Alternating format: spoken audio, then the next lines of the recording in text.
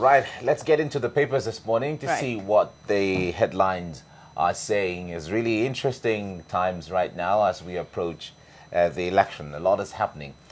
We have in the studio a lawyer, public affairs analyst, Jide Ologun, with us to do justice to these papers right now. Jide, good morning. Good morning. And thanks for joining us. Thank you. All right. Let's begin with the Punch newspaper now. INEC creates 57,023 more voting points for elections. Okay. This is to add to over 119,000 polling units across the country. But INEC chairman last month was saying there's not going to be any additional polling units. I wonder why the change of mind right now. Yeah, he just mentioned that because of more voters that have been registered, there became a need to have more polling units. And of course, he claimed that was upon due consultation with major stakeholders. And you know that we have many parties added also to the bouquet of parties we have. But I think basically, you know, the election is an event, and we hope, as many Nigerians also, you know, expect that it should be fair, credible, and transparent. And we produce results of those who will manage the resources of the country, because the election is just the procedural aspect of democracy. The substantive aspect is the governance system that is put in place. Exactly. To make life better for Nigerians. All right. ASU suspends 3-month-old strike. Well, we are hoping that this time around, because they came out to say that the 8 major issues have been resolved one way or the other. We hope this should be one of the last long strike in the coming days, months, and maybe years. Yeah, there is still a caveat that it is expected that the parties will keep faith with the agreement. And I expected this because the election is very, very important to some stakeholders. So I wish we have elections every week so that the basic issues in the country can be dealt with. But I hope that we begin to value education. Okay. You know. All right. I was a billionaire before becoming governor. Tom replies, Akume, the issues, political issues in Benue State. And Federal Inland Revenue Service goes after 85,000 millionaire tax debtors. Okay. Yeah.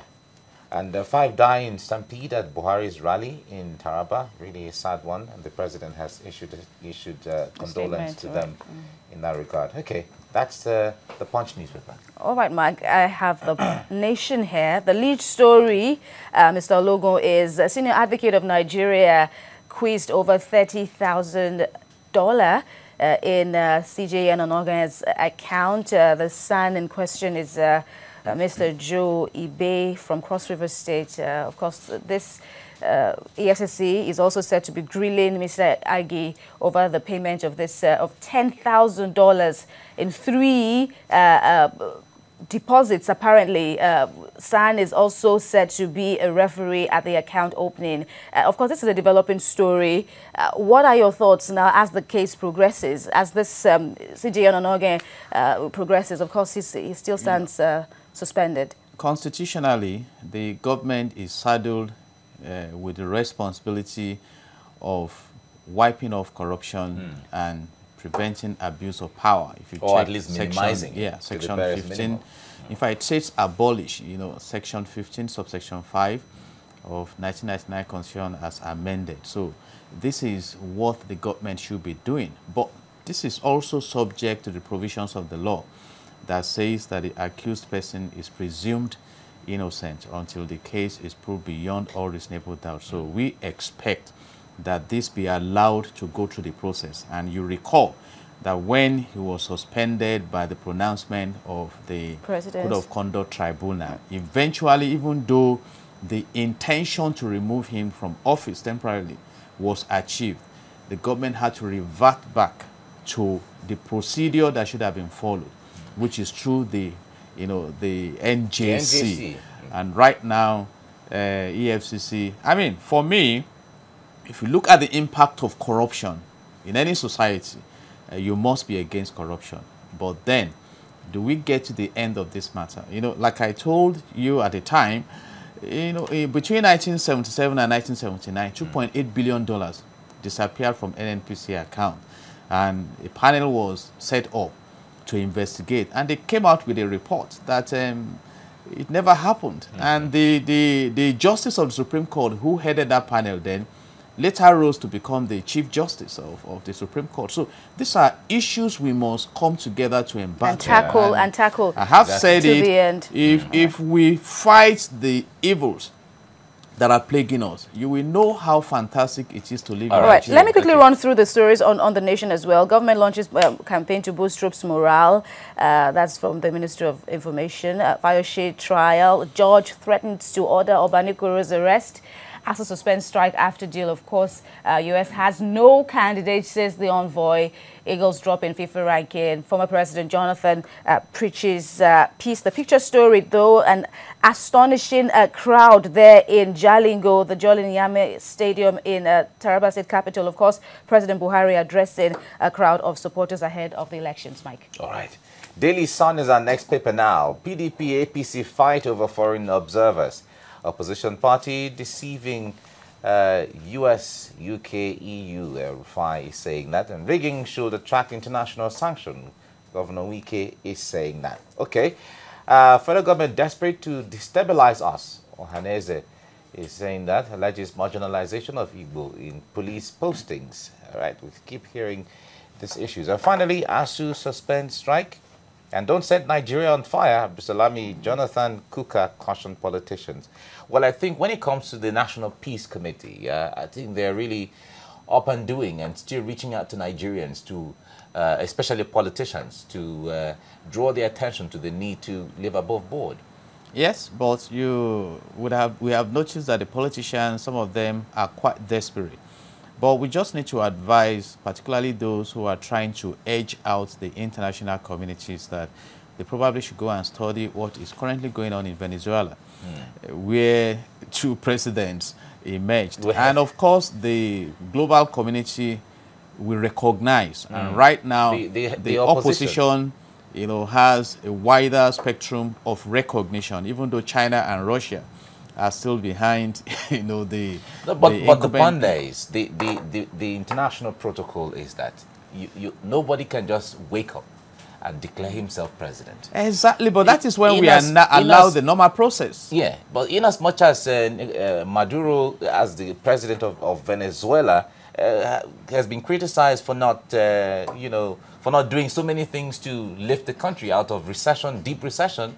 But he still remains the president. Yeah, but you see, the people are suffering. And like I said, the essence of governance is to make people comfortable. Look at what is going on in the USA now. The Democrats are even taking over the influence at the Congress level. And they are holding Trump accountable. Look at the shutdown of the government for, a long time, the longest time in history. But they are insisting that, no, they are representing the people. And of course, the economy is still, for now, is still above board, and things are working. And that is what we're talking about. The people should not suffer. The people should rejoice while the politicking is going on.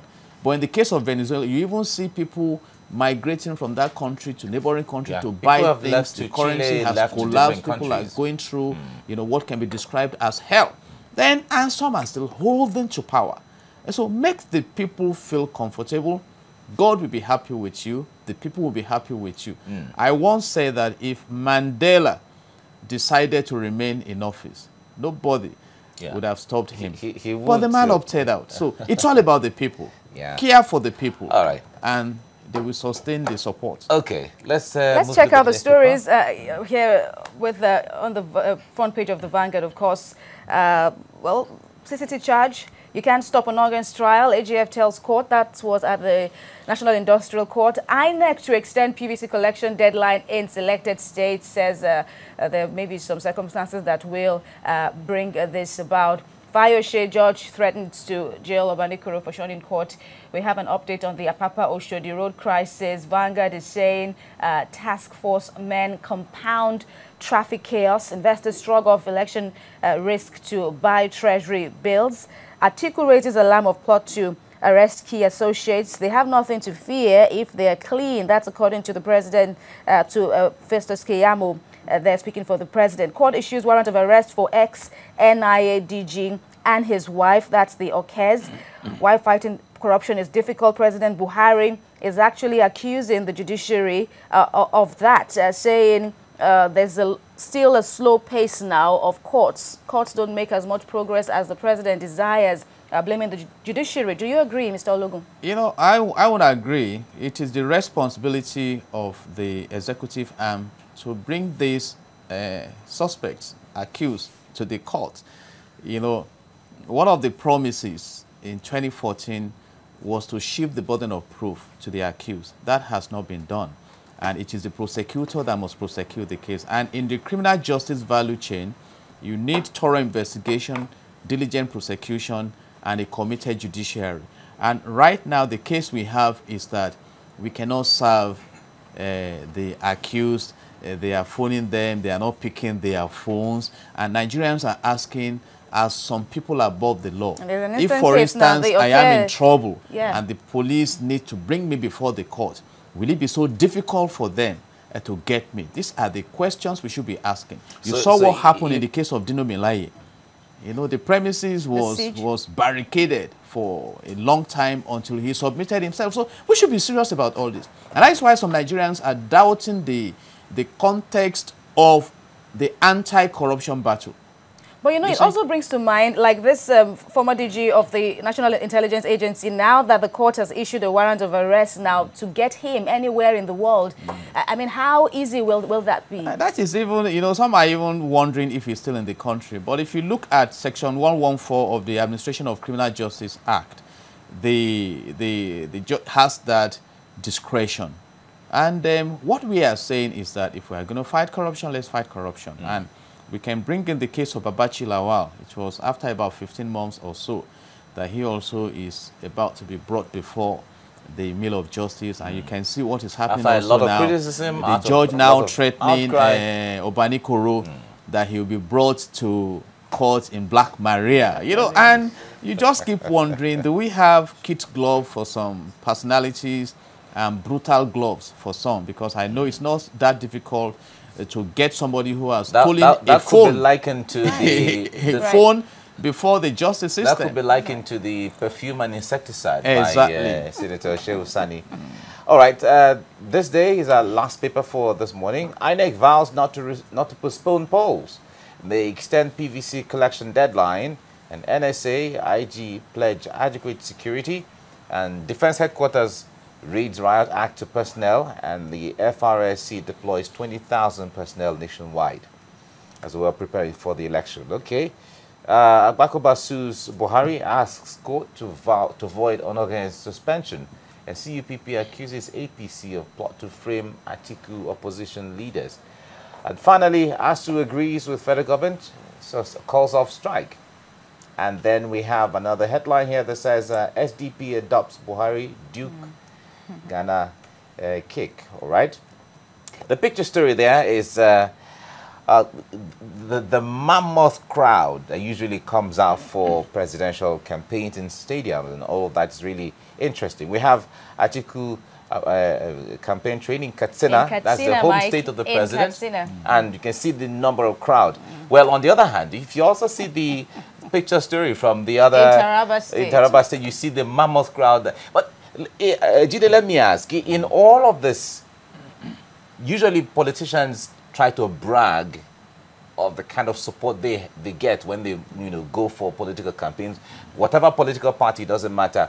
But does that all translate to the votes on the day? You know, I think it's because we are still at the primary and elementary level of democracy. Okay. You know, we should move to the secondary level, just like the way we battle with our crude oil and other countries refine.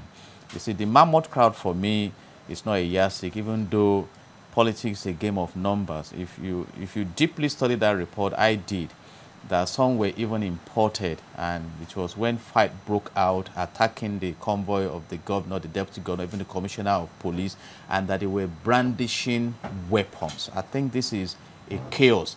I'm looking forward to a time when electoral processes are performance-driven. And of course, the minister himself, Amechi, has also confirmed that Nigerians are hungry, even though he brilliantly blamed it on the 16 years government of PDP, but he was also a strong player in that. So my PDP, but he was also a strong player in that. So my concern is an appeal to the government that the people need to rejoice under any government. I've gone beyond this election. I'm a national development advocacy. You know, why is it that we run abroad to rest when we can rest in Nigeria? Why do we have so much pressure? Why is it that as we speak right now, Nigeria lost about 105.6 billion naira in the refinery sector? Yeah. Why do we have this hardship and yet we have pumped so much? Exactly. For example, our indebtedness now is at about 22.43 trillion naira. What have we done with all this? It's all about the people. Right. Education, Right. health, infrastructure, Yeah. joy in the society. We have to end it here now. Thank you governance. so much, Jide Ologun, for joining us on the papers review right now. Thank you very much for coming. Thank you. Have a God great bless day. Nigeria. Thank you. Right. Amen.